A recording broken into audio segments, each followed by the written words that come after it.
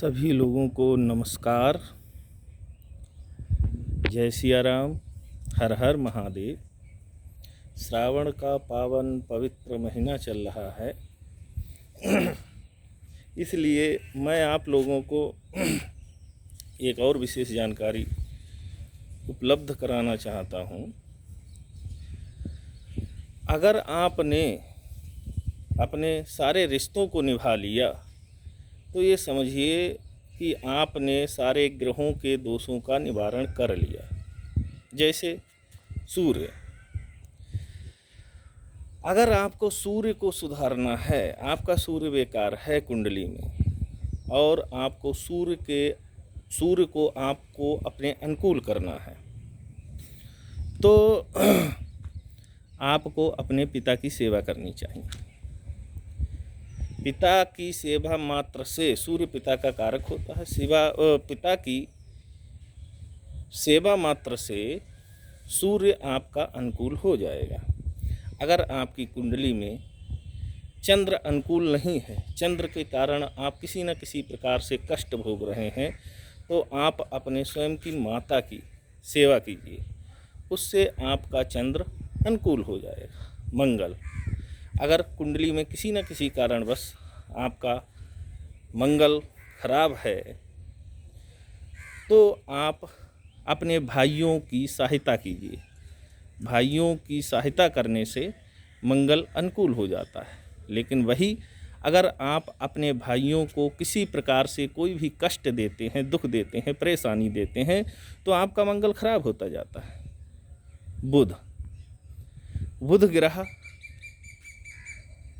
अगर आपका कुंडली में खराब है, तो आप अपनी सिस्टर, बहन के लिए अच्छे कार्यों को कीजिए।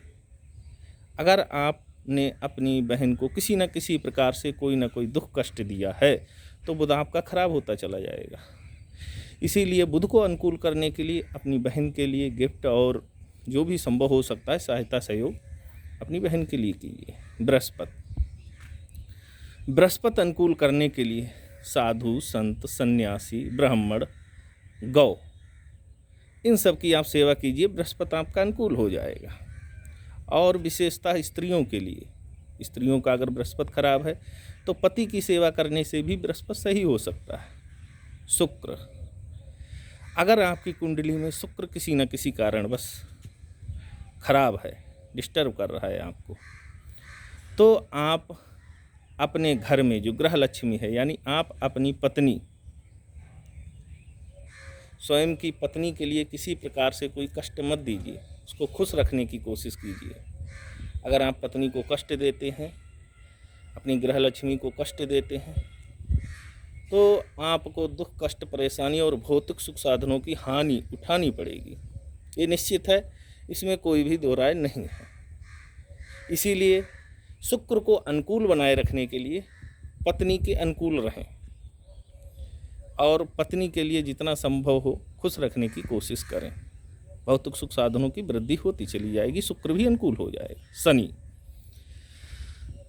अगर आपके ऊपर 7.5 ढैया शनि का किसी न किसी प्रकार से कोई भी दोष है, तो अपने बूढ़े बुजुर्गों का आशीर्वाद लें, उनकी सेवा करें, उनकी किसी न किसी प्रकार से आप सहायता सहयोग करते रहें, उससे आपका शनि अनुकूल हो जाएगा। लेकिन आप किसी प्रकार से अपने बूढ़े बुजुर्गों की आप सेवा नहीं करते हैं और उनके लिए कोई अपशब्द बोल देते हैं, उनका मान अपमान कर देते हैं किसी न किसी कारणवश, तो शनि आपके विपरीत होता जाता है। इसीलिए सदैव अपने बुजुर्गों की सेवा में तत्पर रहें और जितना संभव हो उनका सहायता सहयोग करने की कोशिश करें। इससे शनि आपका अनुकूल रहेगा और आपके ऊपर शनि की कृपा दृष्टि बनी रहेगी। राहु अगर आपका खराब है किसी न किसी कारणवश,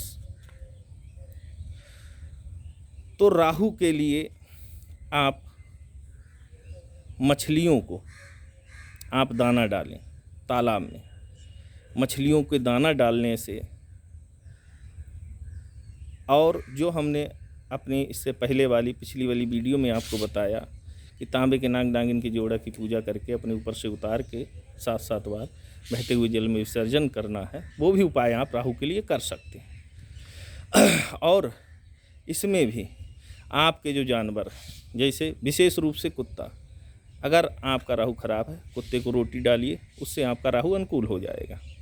और जितने भी जानवर हैं उन पर अपनी कृपा दृष्टि बनाए रखिए, उनको खाने को कुछ ना कुछ देते रहिए, राहु अनुकूल हो जाएगा। केतु, अगर किसी प्रकार से आपका केतु आपकी कुंडली में खराब है तो केतु के लिए आप चींटियों को चीनी और आटा दोनों मिला करके चींटियों को आप डालें, और ध्यान दें किसी प्रकार से चींटियों की हिंसा ना हो सके।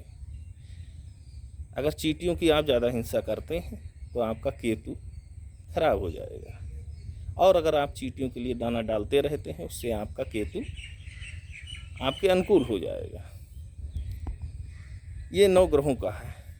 अगर आपने इन सारे रिश्तों को सुधार लिए तो 9 ग्रह आपके सदैव अनुकूल बने रहेंगे, कभी कोई कष्ट और परेशानियां आपको नहीं होंगे। प्रारब्ध में कोई कष्ट परेशानियां हो, जिस कारण से कोई आपका कर्म हो जिस कारण से आपको कष्ट हो सकता है, लेकिन अगर आप इन सभी चीज़ों के अनुकूल कार्य करेंगे तो ग्रहों से आपको परेशानियां कम होंगी और आपके अनुकूल रहेंगे। जय सिया राम, हर हर महादेव, जय श्री कृष्ण।